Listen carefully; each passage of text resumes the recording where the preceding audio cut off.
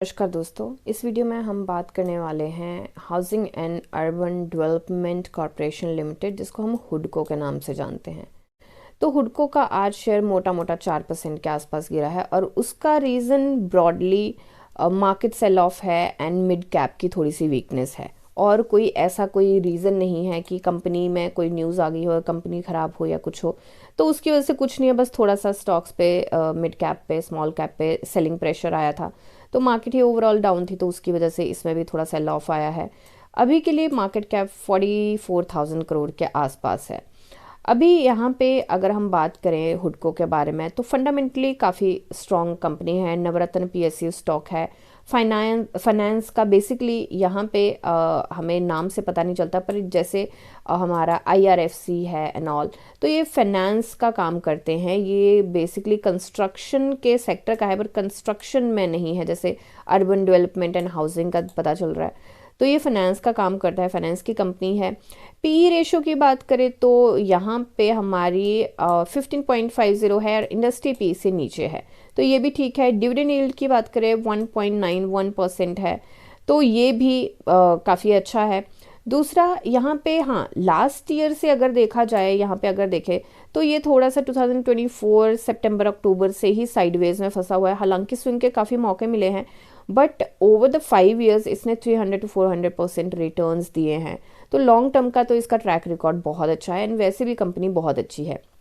अब टेक्निकल की थोड़ी सी बात अगर हम करें, तो पहले एक बार हम शेयर होल्डिंग पैटर्न भी देख लेते हैं, न्यूज़ भी देख लेते हैं, कुछ है तो नहीं। तो न्यूज़ तो रिजल्ट की कोई नहीं है, थोड़ा लेट ही आता है इसका रिजल्ट। शेयर होल्डिंग पैटर्न में कोई चेंज नहीं है अभी।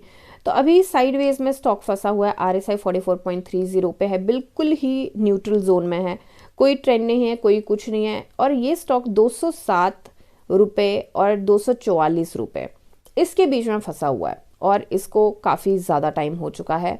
लगभग 19 सितंबर हाफ 2024 से फंसा हुआ है।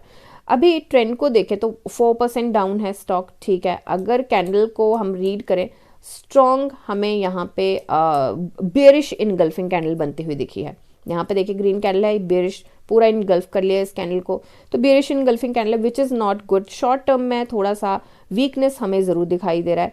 सपोर्ट की अगर हम बात करें तो ये हमारा अगेन 207 का मेजर सपोर्ट रहेगा, क्योंकि इसके नीचे फ्लक्चुएशन में ज़रूर जा सकता है, बट उसके नीचे आई डोंट थिंक सस्टेन करेगा, क्योंकि काफ़ी टाइम का इसका रिकॉर्ड है। यहाँ पे ज़रूर नीचे गया था, अगर ड्रास्टिक कोई न्यूज़ आ गई तो एक अलग बात है, बट अभी के लिए मुझे लगता नहीं है कुछ ऐसी न्यूज़ है। जियोपॉलिटिकल थोड़ी सी न्यूज़ है, वेनेजुएला एंड ऑल की, फिर और भी आज कल ही इनफैक्ट कुछ और न्यूज़ आई थी, तो थोड़ा सा यूएस का ड्रिफ्ट एंड बाकी सारी चीज़ें थोड़ी सी चल रही हैं। एंड हमारे यहाँ पे भी कुछ कंपनीज़ को लेके कुछ चीज़ें चल रही हैं कि चाइना की कुछ कंपनीज़ हैं, जैसे BHEL पे फ़र्क पड़ा है एंड बाकी उन पे कंपनीज़ पे फ़र्क पड़ा है कि चाइनीज़ कंपनीज़ जो हैं वो हमारे यहाँ पे गवर्नमेंट टेंडर्स में बिड कर सकते हैं, तो वो भी थोड़ा फ़र्क डालेगा। बट अभी उस पॉलिसी का कुछ कंफर्मेशन नहीं आया है।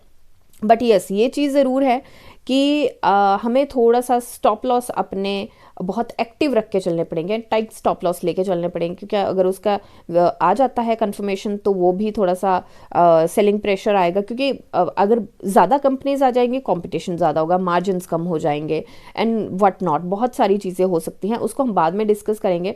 बट अभी के लिए हमारा रेजिस्टेंस जोन जो है वो मेजर वो यही है, 2030 और 2044 के बीच का हमारा रेजिस्टेंस जोन है। तो शॉर्ट टर्म में जब तक ये ब्रेक नहीं होता, स्विंग का मौका ज़रूर मिल सकता है, वो आप कैच कर सकते हो। फिर शार्प ट्रेडर तो वो आप कैच कर सकते हो, बट अभी मुझे स्विंग का मौका भी नहीं दिख रहा। बट हाँ, यहाँ पे इमोशनली हम बाई नहीं कर सकते कि अच्छा डिप आ गया तो ओके बाई कर लेते हैं, ये तो जाएगा ही, हो सकता है और नीचे जाए स्टॉक, तो उस चीज़ को ज़रूर ध्यान में रख के चले। RSI की हम पहले बात कर चुके हैं, कुछ बहुत अच्छा नहीं है, शॉर्ट टर्म में तो बाई करना बनता नहीं।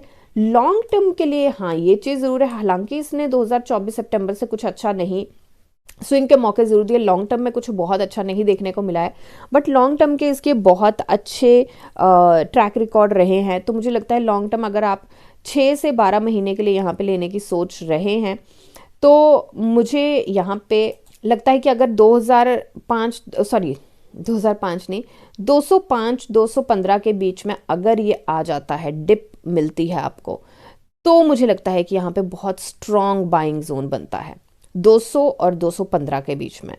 तो अगर आपको ये मौका मिलता है देन ग्रैब दैट थिंग, क्योंकि अभी 217 पे ये चल रहा है और उम्मीद कर सकते हैं कि शायद ही नीचे जाए अगर कोई और ड्रास्टिक न्यूज़ आ जाए। आई एम नॉट सेइंग कि जाएगा ही जाएगा, पर अपने स्टॉप लॉस ज़रूर लेके चलिए, क्योंकि मार्केट थोड़ा सा वॉलेटिलिटी मार्केट में देखने को मिल रही है, तो उस चीज़ को ज़रूर ध्यान में रखें। शॉर्ट टर्म में कुछ नहीं है, लॉन्ग टर्म में अगर डिप मिलता है तो बाई कर सकते हैं, एंड उसके बाद थोड़ा सा रिवर्सल हमें यहाँ पे देखने को मिल सकता है, क्योंकि RSI भी फिर नीचे चली जाएगी तो रिवर्सल मिलेगा, मार्केट भी बहुत ज़्यादा टाइम तक डिस्काउंट नहीं करेगी इसको। ठीक है, तो अभी मैं कोई टारगेट नहीं लेके चल रही हूँ। और न्यूज़ की अगर हम बात करें तो कोई प्राइस बैंड नहीं है, 20% का लेके चलेंगे ऐसे कोई न्यूज़ नहीं है। MOU हुआ था हुडको एंड छत्तीसगढ़ उसमें, तो वो न्यूज़ है, तो इसमें वो तो आती ही रहती हैं, अच्छी अच्छी न्यूज़ तो इसमें आती रहती है, तो मैंने वो तो पहले बात कर ली कि काफ़ी अच्छी कंपनी है एंड ऑल दैट। बट हाँ, अभी टेक्निकली हमने बात करी है कि अभी ये पॉइंट्स नहीं बनते, फंडामेंटली तो ये काफ़ी स्ट्रॉन्ग कंपनी है। तो फ्लक्चुएशन एंड वॉलेटिलिटी को थोड़ा सा ध्यान में रख के चले, रिस्क को अपने मैनेज करके चले। ये मेरे एनालिसिस है, कोई बाई सेल होल्ड की रिकमेंडेशन है। मिलते हैं नेक्स्ट वीडियो में, तब तक के लिए शुक्रिया एंड हैप्पी इन्वेस्टिंग।